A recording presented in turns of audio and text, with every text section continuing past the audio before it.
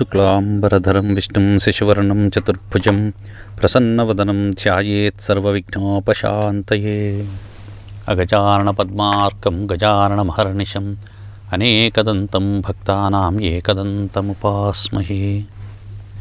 ఓం ప్రణో దేవీ సరస్వతి వాజేభిర్వాజినీవతి ధీనామవిత్రియవతు.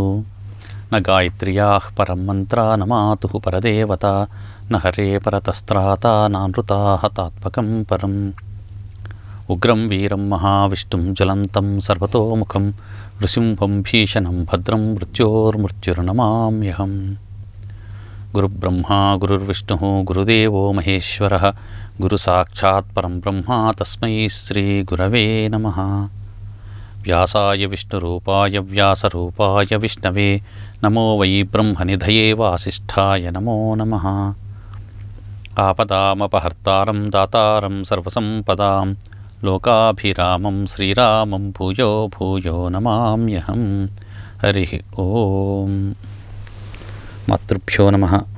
పరమేశ్వర స్వరూపమైన సభకు నమస్కారం. సచ్చిదానందరూపాయ విశ్వోత్పత్యాదిహేతవే తాపత్రయ వినాశాయ శ్రీకృష్ణాయ వయం నుమః. పరమ పవిత్రమైన శ్రీమద్భాగవత కథామృతములో భాగంగా మన తెలుగు టీవీ ప్రేక్షకులకు, వన్ టీవీ ప్రేక్షకులకు 71వ భాగానికి స్వాగతం. ప్రియవ్రతుడు సూర్యుని చుట్టూ సూర్యుని యొక్క వేగంతో సమానమైనటువంటి వేగంగా ప్రయాణించేటువంటి రథాన్ని ఎక్కి సూర్యుని వెనక వైపు ఉన్నటువంటి భూమిని కూడా కాంతివంతంగా ఉండేటట్లుగా చెయ్యాలని చెప్పేసి ధనుర్బాణాలు ధరించి ప్రయాణమయ్యాడు. ఆ విధంగా సూర్య గమనంతో సమానంగా సూర్యుని చుట్టూ విపరీతమైనటువంటి వేగంతో ఆ విధంగా ప్రదక్షిణాలు చేస్తూ ఉంటే 7 మార్లు ప్రదక్షిణమైపోయింది. అప్పుడు బ్రహ్మదేవుడు వచ్చేసి, నాయన ప్రియవర్తిని ఆపాడు.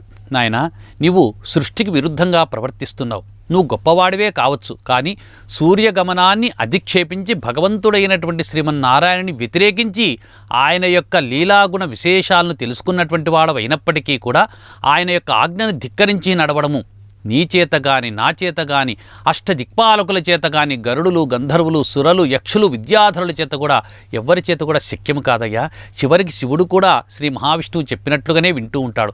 అంత గొప్పవారి కంటే నువ్వు గొప్పవాడివే, కాబట్టి నీ యొక్క ప్రయాణాన్ని ఆపు అని చెప్పేసి ప్రియవ్రతుని నిలబెడతాడు బ్రహ్మదేవుడు. అప్పుడు ఆ విధంగా ప్రియవ్రతుడు సూర్యుని చుట్టూ 7 మార్లు ప్రదక్షిణం చేసిన కారణం చేత ఆయన రథ చక్రాల యొక్క ఒరిపిడికి భూమి అక్కడక్కడంతా కూడా కుంగిపోయి రథ చక్రాల మార్గమంతా కూడా ఒక్కొక్క మారు తిరిగినప్పుడంతా కూడా అది ఒక్కొక్క సముద్రం వలె మారిపోతుంది. ఆ విధంగా 7 సముద్రాలుగా మారిపోతుంది. మరి ఒక పర్యాయం తిరిగినప్పటికీ, రెండవ పర్యాయం తిరిగినప్పటికీ మధ్యలో ఉబ్బెత్తుగా ఉన్నటువంటి భూమి అంతా కూడా ఒక భరత భూమిగా మారిపోయింది. ఆ విధంగా 7 ద్వీపాలుగా ఆ భూమి అంతా కూడా విచ్ఛిన్నమైపోయింది. ప్రతి ద్వీపము నుంచి మరి ఒక ద్వీపానికి మధ్యలో ఒక సముద్రం కూడా ఏర్పడింది. ఈ విధంగా ప్రియవ్రతుని యొక్క రథము సూర్యమండలం చుట్టూ 7 మార్లు ప్రదక్షిణము చేసిన కారణం చేత 7 ద్వీపాలు 7 సముద్రాలు కూడా ఏర్పడ్డాయి. ఈ 7 ద్వీపాలు వచ్చేసి జంబూద్వీపము, ప్లక్షద్వీపము, కుశద్వీపము, క్రౌంచ ద్వీపము, శాఖద్వీపము, శాల్మలీ ద్వీపము, ఆ తర్వాత పుష్కర ద్వీపం. ఈ విధంగా 7 ద్వీపాలు ఏర్పడిన తర్వాత ఆ మొట్టమొదటిదైనటువంటి జంబూద్వీపం నుంచి ఒక్కొక్క ద్వీపానికి వెళ్ళే కొద్దీ ఒకదాన్ని మించి మరి ఒక ద్వీపము 10 రెట్ల ప్రమాణాన్ని కలిగి ఉంటుంది. 10 రెట్ల ప్రమాణాన్ని కలిగి ఈ యొక్క భూమండలమంతా కూడా, ఈ యొక్క విశ్వమంతా కూడా 7 ద్వీపాలుగా మారిపోయింది. ఆ 7 ద్వీపాల్లో మనం ఇప్పుడు ఉన్నటువంటిది జంబూద్వీపం. ఈ జంబూద్వీపాన్ని ప్రియవ్రతుడు తన పెద్ద కుమారుడైనటువంటి అగ్నిధ్రుడికి రాజ్యాభిషిక్తుని చేసి ఆయన అడవులకు వెళ్ళి శ్రీమన్నారాయణ గురించి తపస్సు చేసి భగవంతునిలో ఐక్యమైపోయాడు. ఆ తర్వాత అగ్నిధ్రుని వంశంలో పుట్టినటువంటి వాడే భరతుడు. ఆ భరతుడు తన యొక్క రాజ్యము, ఈ యొక్క జంబూద్వీపాన్నంతా కూడా భగవంతుడైనటువంటి శ్రీమన్నారాయణుడి యొక్క అనుగ్రహం చేత తనకు కలిగినటువంటి 100 సంతానంలో ఆ యొక్క ఋషభుడు భగవంతుని యొక్క అవతారమైనటువంటి అతని యొక్క సంతానం 100 మొదటి 9 మందికి కూడా ఈ రాజ్యానంతా కూడా 9 భాగాలుగా చేసి పంచి ఇచ్చారు. ఆ విధంగా జంబూద్వీపమంతా కూడా 9 భాగాలుగా 9 ఖండాలుగా విభజించబడి 9 మంది వారి యొక్క పేర్లతో విరాజిల్లిపోయింది. ఆ యొక్క భూభాగాన్నంతా కూడా గురించి సుఖమహర్షి పరీక్షణ్ మహారాజుతో చెప్తున్నారు. నాయన, ఈ జంబూద్వీపం అంటే ఎలా ఉంటుందో తెలుసా? చక్కగా ఒక తామర పువ్వు వలె గుండ్రంగా ఉన్నటువంటిది ఈ జంబూద్వీపం. ఈ జంబూద్వీపము 1,00,000 యోజనాల పొడవు, 1,00,000 యోజనాల వెడల్పు కలిగినటువంటి జంబూద్వీపం. ఈ జంబూద్వీపాన్ని 9 భాగాలుగా విభజించాడు రాజు వృషభుడు.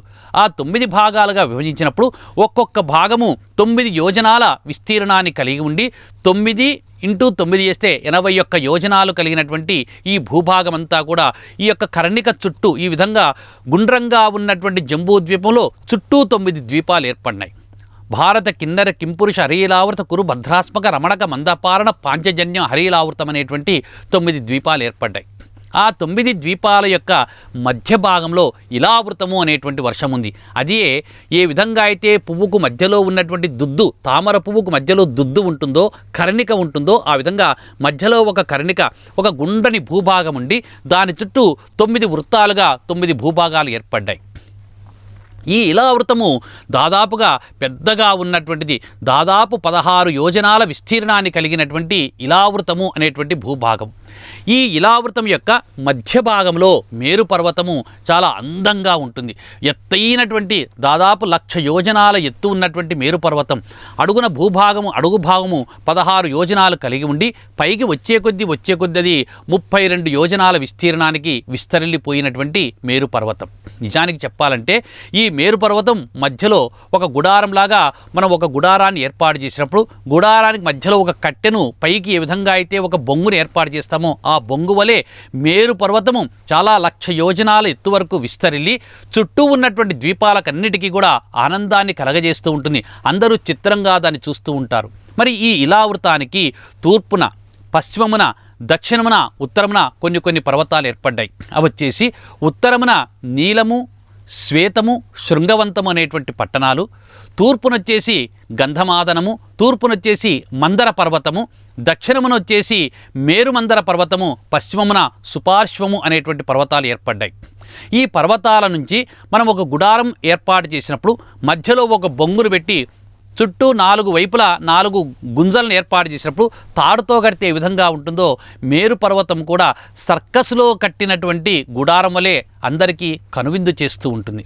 ఈ విధంగా ఈ ఇలా పర్వతంలో మధ్యలో మేరు పర్వతం ఉన్నది అని చెప్పేసి చెప్తున్నాడు. చెబుతూ ఉత్తరం వైపు ఉన్నటువంటి నీలము, శ్వేతము, శృంగవంతం అనేటువంటి ఈ యొక్క పర్వతాలు, మరియు తూర్పున ఉన్నటువంటి మందర పర్వతము, పశ్చిమమున ఉన్నటువంటి సుపార్శ్వ పర్వతము, మరియు దక్షిణమున ఉన్నటువంటి మేరుమందర పర్వతం. ఈ పర్వతాలన్నీ కూడా విశేషమైనటువంటి ప్రతిభను కనపరుస్తూ ఉంటాయి. ఎలాగంటే తూర్పున ఉన్నటువంటి పర్వతము, మందర పర్వతము మామిడి చెట్లకు ప్రసిద్ధి.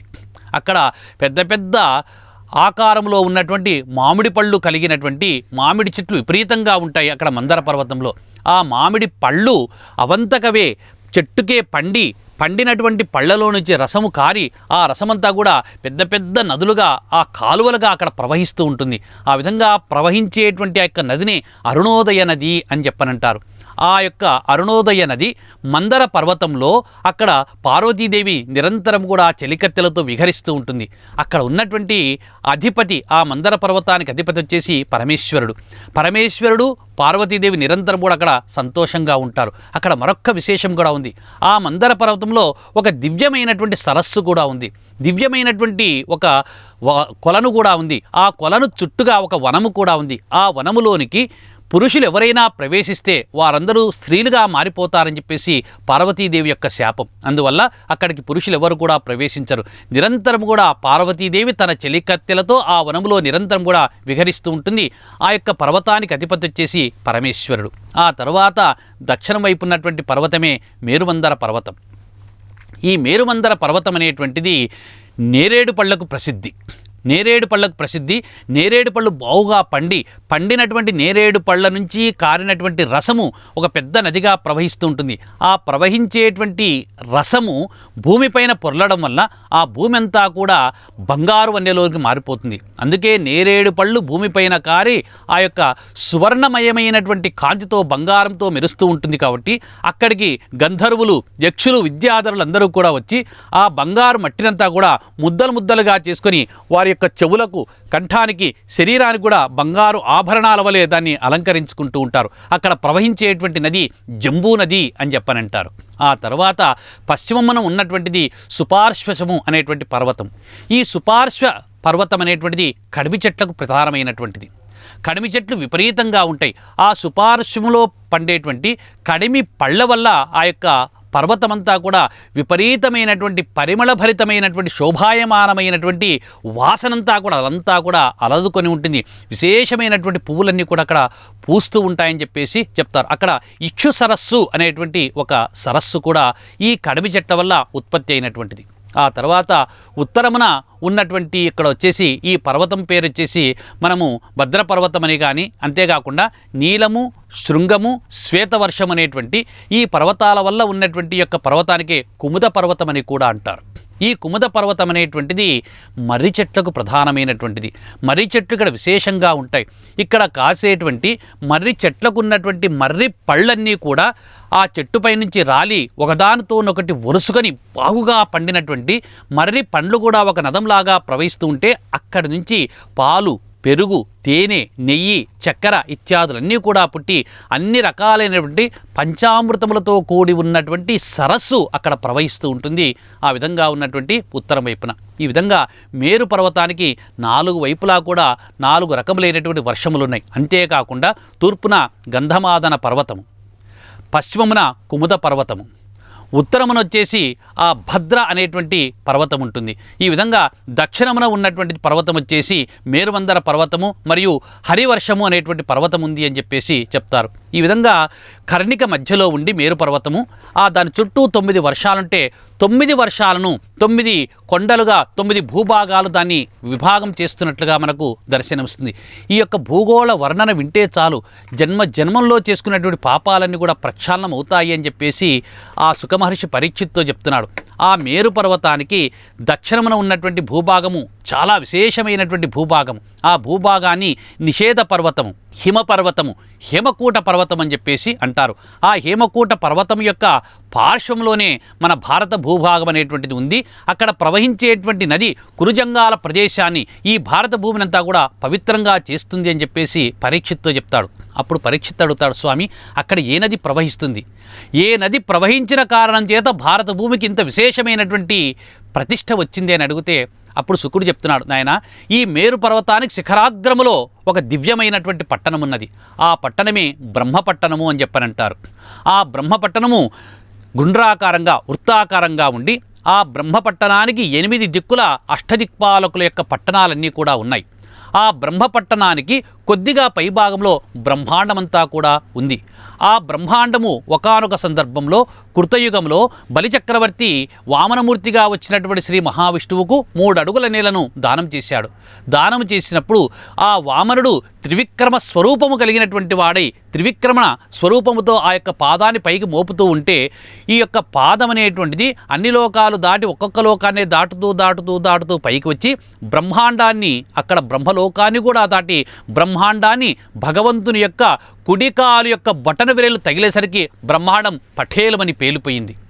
ఆ పేలిపోయినటువంటి బ్రహ్మాండం పైభాగంలో ప్రవహించేటువంటి దేవనది అక్కడి నుంచి ధారగా క్రిందికి కారణమనేటువంటిది ప్రయాణం మొదలుపెట్టింది. ఆ విధంగా ప్రయాణించేటువంటి ఆ నది, ఆ దేవనది బ్రహ్మపట్టణానికి సమీపించింది. ఎన్నో విమానాలలో విపరీతమైనటువంటి కుండపోత ధారవలే బ్రహ్మపట్టణంలోనికి దేవనది ప్రవహించి వచ్చి బ్రహ్మపట్టణానికి నలువైపులా ఉన్నటువంటి 4 ద్వారాల నుంచి బయటకు వచ్చేసింది. తూర్పున ఉన్నటువంటి ద్వారం నుంచి సీత అనేటువంటి పేరుతో, పశ్చిమం వైపు ఉన్నటువంటి ద్వారం నుంచి చక్షువు అనేటువంటి పేరుతో, ఉత్తరం వైపు ఉన్నటువంటి ద్వారం నుంచి భద్ర అనేటువంటి పేరుతో, దక్షిణం వైపు ఉన్నటువంటి ద్వారం నుంచి అలకనంద అనేటువంటి నామము చేత ఆ గంగానది, ఆ దేవనది బ్రహ్మపట్టణాన్ని దాటి కిందికి వచ్చేసింది. ఆ విధంగా కిందికి వస్తూ మార్గమధ్యంలో బ్రహ్మపట్టణాన్ని దాటిన తర్వాత క్రింది భాగంలో సాక్షాత్తుగా మీ యొక్క వంశంలోనే, ఆ ప్రియవర్తుని యొక్క వంశంలోనే పుట్టినటువంటి ఉత్తానపాదుని యొక్క కుమారుడైనటువంటి ధ్రువుడు భగవంతుడైనటువంటి శ్రీమన్నారాయణ గురించి చాలా కాలం తపస్సు చేశాడు. వాని యొక్క తపస్సుకు మెచ్చినటువంటి ఆ శ్రీ మహావిష్ణువు వాడికి 60,000 సంవత్సరాల తర్వాత ధ్రువ మండలాన్ని అనుగ్రహించాడు. ఆ మండలమే బ్రహ్మపట్టణానికి క్రింద ఉంది. ఆ మండలంలో ఇప్పటికీ ధ్రువుడు విహరిస్తూ ఉన్నాడు. ఆ ధ్రువుడు ప్రతినిత్యము కూడా ఆ బ్రహ్మపట్టణం నుంచి వచ్చేటువంటి ఆ జలధారతో చక్కగా స్నానం చేసి భగవంతుడైన శ్రీమన్నారాయణ గురించి అనుష్ఠానం చేసుకుంటూ ఉంటాడు. ఆ తర్వాత ఆ ధ్రువ మండలానికి క్రింది భాగంలోనే సప్తఋషి మండలం అనేటువంటి మండలం ఉన్నది. ఆ సప్తఋషి మండలము కూడా ధ్రువమండలం నుంచి వచ్చినటువంటి ఆకాశ గంగా నదీ జలాలు తమ పైన పడినటువంటి కారణం చేత వారు పునీతులైపోయి నిరంతరం కూడా భగవన్నామ సంకీర్తన చేసుకుంటూ పునరావృత్తిరహితమైనటువంటి శాశ్వతమైనటువంటి దివ్య పదాన్ని చేరుకోవాలని చెప్పేసి తహతహలాడుతూ ఉంటారు. నాయనా పరీక్షిత్ మహారాజా, ఆ విధంగా బ్రహ్మపట్టణం నుంచి వచ్చినటువంటి ఆ దక్షిణ ద్వారం నుంచి వచ్చినటువంటి అలకనందగా ప్రవహించేటువంటి నది, తూర్పు ద్వారం నుంచి వచ్చేటువంటి సీత అనేటువంటి నది తూర్పు సముద్రంలోను, ఉత్తరం నుంచి వచ్చినటువంటి భద్రము అనేటువంటి నది ఉత్తర సముద్రంలోను, పశ్చిమం నుంచి వచ్చినటువంటి చక్షువు అనేటువంటి నది పశ్చిమ సముద్రంలోనూ కలుస్తూ దక్షిణ ద్వారం నుంచి వచ్చినటువంటి అలకనంద అనేటువంటి ఆ యొక్క నది ఆ విధంగా ప్రవహిస్తూ భారత భూభాగం వైపంతా కూడా ప్రవహించి మనం ప్రస్తుతం ఉన్నటువంటి కురుజంగాల ప్రదేశానంతా కూడా పునీతము చేసేసి ఆ తర్వాత దక్షిణ సముద్రంలో కలుస్తుంది నాయన. అందువల్లనే ఈ భారత భూమి ఆ భగవంతుడైనటువంటి శ్రీమన్నారాయణుని యొక్క దివ్యమైనటువంటి కుడికాలు బటనవ్రేలు బ్రహ్మాండాన్ని ప్రేల్చిన కారణం చేత అక్కడి నుంచి పుట్టినటువంటి గంగ బ్రహ్మపట్టణాన్ని దాటి అందులో ఉన్న దక్షిణ ద్వారం నుంచి బయటికి వచ్చి అలకనందగా ఈ యొక్క భూభాగాన్నంతా కూడా తడిపివేసింది. కాబట్టి ఇది చాలా పవిత్రమైనటువంటి భూమి. ఈ భరత భూమిలో పుట్టడమే కొన్ని కోట్ల జన్మల తరువాత కానీ ఎవరికి కూడా సాధ్యపడదు అని చెప్పేసి శుకుడు పరీక్షిత్ మహారాజుతో చెప్తూ, దేవతలు సైతం, గంధర్వులు, విద్యాధరులు, కిన్నరులు, కింపురుషులు అందరూ కూడా ఎప్పుడెప్పుడు ఈ భరతభూమిలో క్షణకాలమైనా బ్రతుకుదామా, ఒక్కసారైనా భరతభూమిలో పుడదామా అని చెప్పేసి వారు తహతహలాడుతూ ఉంటారు. భగవంతుని గురించి నిరంతరం కూడా వారు ధ్యానం చేస్తూ ఉంటారు. అయితే అంత సులభంగా ఈ యొక్క భారత వంశంలో పుట్టడం అనేటువంటిది సాధ్యము కాదు. ఇప్పుడు మనం పుట్టాము కాబట్టి భారత భూమిలో పుడితేనే మోక్షం ప్రాప్తిస్తుంది. అయితే ఆ పుట్టినటువంటి వాడు ధర్మ మార్గంలో నడుచుకుంటే ఇదే వాడికి కడపటి జన్మ అవుతుంది. అదే భాగవత ధర్మము, భరతభూమి యొక్క గొప్ప స్థితి అని చెప్పేసి శుకుడు పరీక్షిత్ మహారాజుతో చెప్తున్నాడు. అంత దివ్యమైనటువంటి యొక్క భూమిపైన మనం ఇప్పుడు కూర్చొని భాగవతాన్ని శ్రవణము చేస్తున్నామంటే ఎన్నో కోట్ల జన్మల పుణ్యం ఉంటే తప్ప నువ్వు వినలేవు, నేను చెప్పలేను. నిజంగా నేను చెబుతున్నానంటే కూడా అది కేవలం శ్రీహరి యొక్క కృపా కటాక్షమే దాన్ని, నా యొక్క గొప్పతనము కాదు అని శుకుడు చాలా నిరాడంబరంగా పరీక్షిత్ మహారాజుతో చెప్తున్నాడు. చెప్తూ మరొక్క మాట కూడా చెప్పాడు. భారత వంశ జంతువుల భాగ్యములేమని చెప్పవచ్చును. నిజానికి ఈ భారత భూమిలో పుట్టినటువంటి ఒక మనుష్యులు కాదు, సమస్త ప్రాణికోటి యొక్క భాగ్యము ఇంత అంత అని చెప్పడం అనేటువంటిది ఎవరి చేత కూడా కాదు. భారత వంశ జంతువుల భాగ్యము లేమని చెప్పవచ్చు. ఈ భారత భూమి యందు హరి పల్మరు పుట్టుచును, ఈ హరి పలుమరు పుట్టుచును, ధీరతతోడ తత్వముపదేశము చేయుచు చెల్మి చేయుచును, ధీరతతోడ తత్వముపదేశము చేయుచు చెల్మి చేయుచును, ఆదరము చేత బాంధవాకృతిని కల్పించి, ఆదరణ చేత బాంధవాకృతి కల్పించి నరులనెల్ల బ్రోచునెప్పుడును. ఆ శ్రీ మహావిష్ణువు అనేటువంటి వాడు ఆయన ఇక్కడ ఉన్నటువంటి 9 వర్షాలు అని చెప్పాను. ఈ కర్ణికలాగా ఉన్నటువంటి తామర దుద్దులాగా తామర పువ్వులాగా ఉన్నటువంటి జంబూద్వీపమంతా 9 భాగాలుగా విభజించబడి 9 మంది తన యొక్క కుమారులకు సమానంగా పంచి ఇచ్చినటువంటి భరతుడు వారి రాజ్యాన్ని పరిపాలిస్తుంటే మధ్యలో ఉన్నటువంటి కర్ణికలో మధ్య భాగంలో మేరు పర్వతం ఉంది. మేరు పర్వతానికి దక్షిణంలో భారతవర్షము, హరివర్షము, కింపురుష వర్షం అని చెప్పేసి ఈ విధంగా 9 రకాలైనటువంటి వర్షాలు మేరు పర్వతం చుట్టూ కూడా ఉన్నాయి. ఈ మేరు పర్వతం చుట్టూ ఉన్నప్పుడు మేరు పర్వతానికి దక్షిణ పార్శ్వములో ఉన్నటువంటిదే భారత భూమి. అందుకే మన వారు పూజలు చేసేటప్పుడు కానీ సంకల్పం చెప్పేటప్పుడు కానీ మేరోహ దక్షిణ దిగ్భాగే అని చెప్పనంటారు. అంటే మేరు పర్వతానికి దక్షిణం వైపున భారత భూమి ఉంది. అక్కడ సంకల్పంలో చాలా చక్కగా చెప్పారు. వివాహాది శుభమైనటువంటి క్రతువులు జరిగేటప్పుడు కానీ నదీ స్నానం చేసేటప్పుడు కానీ సంకల్పం చెప్పాలి అంటారు. ఆ సంకల్పంలో ఈ భారత భూగోళ వర్ణన సమస్తము కూడా చెప్పబడుతుంది. ఆ సమస్తము చెప్పబడేటప్పుడు మేరు పర్వతాన్ని ఆధారంగా చేసుకొని మేరు పర్వతాన్ని నాభి ప్రదేశంగా నాభిగా తీసుకొని దానికి దక్షిణ వైపున భారత భూమి ఉన్నది అని చెప్పని అంటారు. మరి ఈ భారత భూమిలో పుట్టినటువంటి ఈ యొక్క జనుల యొక్క అదృష్టం ఏమని చెప్పవచ్చు? శ్రీ మహావిష్ణువు అనేక పర్యాయముల అవతారాలు స్వీకారం చేస్తూనే ఉన్నారు. ఇప్పటికే ఆయన 21 అవతారాలను చేశారు. ఆ 21 అవతారాల తరువాత చిట్ట చివరిలో కల్కి అవతారం కూడా వస్తుంది. అయితే ఈ 21 అవతారాలు కూడా కేవలం భారత భూమిలోనే ఆయన తీసుకున్నాడు. ఇన్ని అవతారాలు స్వీకరించినటువంటి భగవంతుడైనటువంటి శ్రీ మహావిష్ణువు పలుమరు పుట్టుచున్ కరుణతోడ ఆ యొక్క ధీరతతోడ జనులకు తత్వోపదేశము చేయు అంటాడు. ఈ భూమిపైన పుట్టినటువంటి నరులు ఎన్నో రకాలైనటువంటి రుగ్మతలకు లోనవుతూ ఉంటారు. ఎందుకయ్యా అంటే ఈ భూమిపైన పుట్టినటువంటి వారు 6 రకాలైనటువంటి రుగ్మతలను కలిగి ఉంటారు. ఎవ్వరే కానీ ఒక్కసారి చెప్తే అందరూ వినరు, ఒక్కసారి చెప్తే కొంతమంది వింటారు, 2 మార్లు చెప్తే మరికొంతమంది వింటారు, 3 మార్లు చెప్తే మరికొంతమంది వింటారు, 4 మార్లు చెప్తే వినేవాళ్ళు, అర్థం చేసుకునే వాళ్ళు ఉంటారు. అట్లా పదే పదే ఒకసారి చెప్పాం కదా అని చెప్పేసి నిలబెట్టకూడదు. పదే పదే చెబుతూ ఉంటే మూఢుడికి సైతం, అజ్ఞానికి సైతం, నాస్తికుడికి సైతం భగవద్భక్తి మనసులో కలిగేటంత వరకు మనము భగవంతుని యొక్క లీలాగుణ విశేషాలు చెబుతూనే ఉండాలని చెప్పేసి చెప్తారు.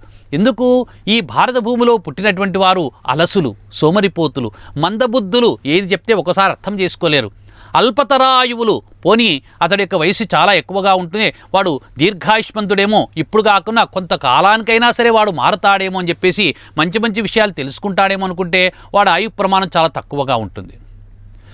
ఉగ్రరోగ సంకలితులు, అనేక రకములైనటువంటి రోగాల చేత వాడు ఎప్పుడూ బాధపడుతూ ఉంటాడు. ఎప్పుడైనా ఆరోగ్యంగా ఉన్నావా, బాగున్నావా అంటే ఏం బాగున్నానో ఏమో, ఆ రోగం ఉంది, ఈ రోగం ఉంది అని చెప్పేసి చెప్తూ ఉంటాడు. కాబట్టి ఉగ్రరోగ సంకలితులు, మందభాగ్యులు, మంచి భవిష్యత్తు లేనటువంటి వారు. ఐశ్వర్యం ఉంటుంది, తినే అనుగ్రహం వానికి ఉండదు, తినే అదృష్టం వానికి ఉండదు.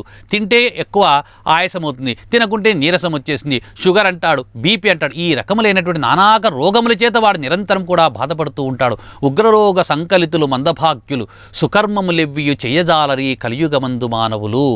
ఈ కలియుగంలో పుట్టినటువంటి వారు పొరపాటున కూడా ఒక్క మంచి పని కూడా చెయ్యరు, మనసుతో కూడా చేయరు. మనిషితో కాకపోయినా మనసుతో చేసినా ఫలితం ఇస్తాను అని భగవంతుడు అంటాడు. కానీ అయినా కూడా వాడు చెయ్యడయ్యా.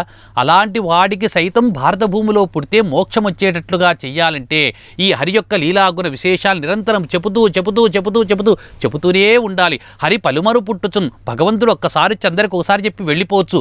ఎందుకు ఆయన 21 అవతారాలు ఇంతవరకు స్వీకరించారంటే కేవలం తన యొక్క ప్రజలు తన యొక్క ఆశీర్వాదం చేత, తన యొక్క కారుణ్యం చేత పుట్టినటువంటి వారందరూ కూడా దుర్గతుల పాలు కాకూడదు, నరక యాతనలు అనుభవించకూడదని చెప్పేసి పలుమరు పుట్టుచున్ ధీరతతోడ తత్వం ఉపదేశము చేయు. వారికి తత్వాన్ని ఉపదేశిస్తాడు. కొందరితో చెలిమి చేస్తాడు, కొందరితో బాంధవాకృతి నిలుపుచున్, కొందరితో బంధువుగా ఉంటూ. ఎందుకంటే లోకంలో ఒకరు చెప్తే ఒకరింటారు, బంధువు చెప్తే ఒకడింటాడు, మిత్రుడు చెప్తే ఒకడింటాడు, ప్రేమతో చెప్తే ఒకడింటాడు, భక్తితో చెప్తే ఒకడింటాడు.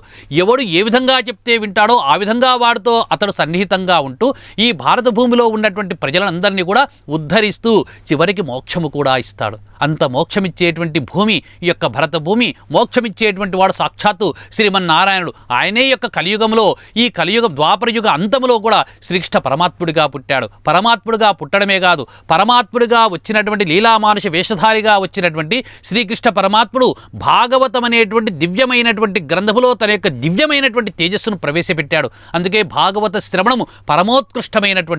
భాగవతం వినా మనకు ముక్తిని ప్రసాదించేటువంటి పురాణము ఈ అష్టాదశ పురాణాల్లో కానీ ముల్లోకాల్లో కానీ ఎక్కడా కూడా లేవు అని చెప్పేసి శుకుడు పరీక్షణ్ మహారాజుతో చెప్పాడు. చెప్తూ మరొక్క మాట కూడా చెప్పాడు. ఈ భారత భూమిలో పుట్టినటువంటి వారు మాత్రమే కర్మలు చేసేటువంటి అధికారాన్ని కలిగి ఉంటారు.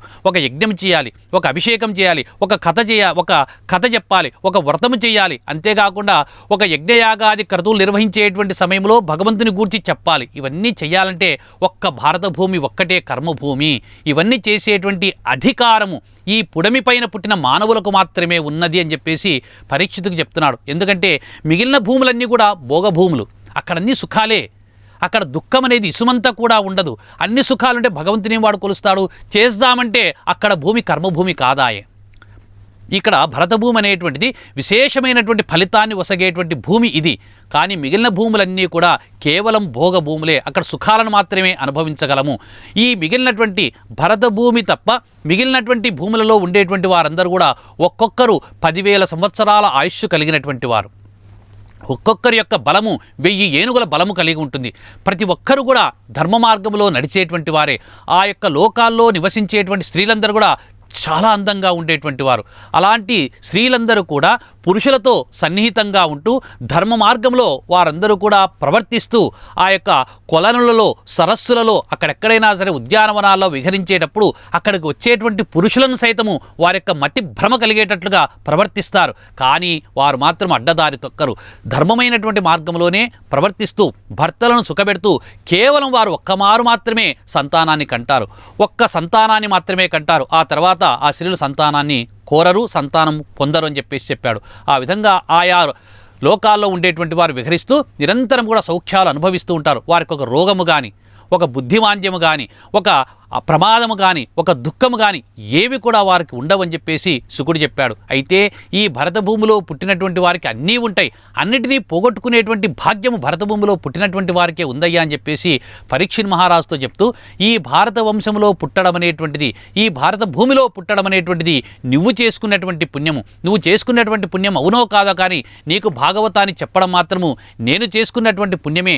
సాక్షాత్ శ్రీ మహావిష్ణువు లీలామానుష వేషధారిగా కృష్ణ పరమాత్ముడుగా వచ్చి భాగవతములో నేను నిరంతరం ఉంటాను అని చెప్పేసి అన్నాడు. కాబట్టి అలాంటి భాగవతాన్ని నీకు చెబుతున్నాను.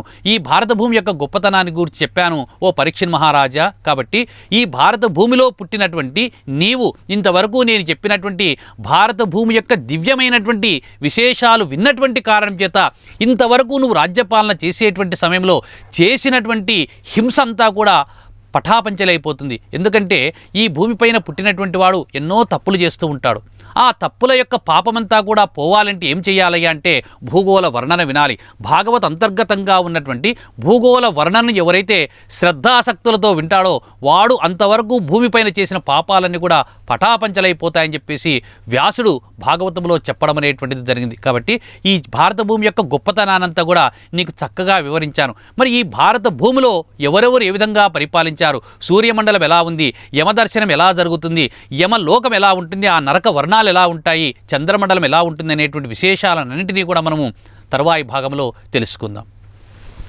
స్వస్తి ప్రజాభ్యః పరిపాలయంతాం న్యాయేన మార్గేణ మహీమహీషాః గోబ్రాహ్మణేభ్యః శుభమస్తు నిత్యం లోకాః సమస్తాః సుఖినో భవంతు. స్వస్తి.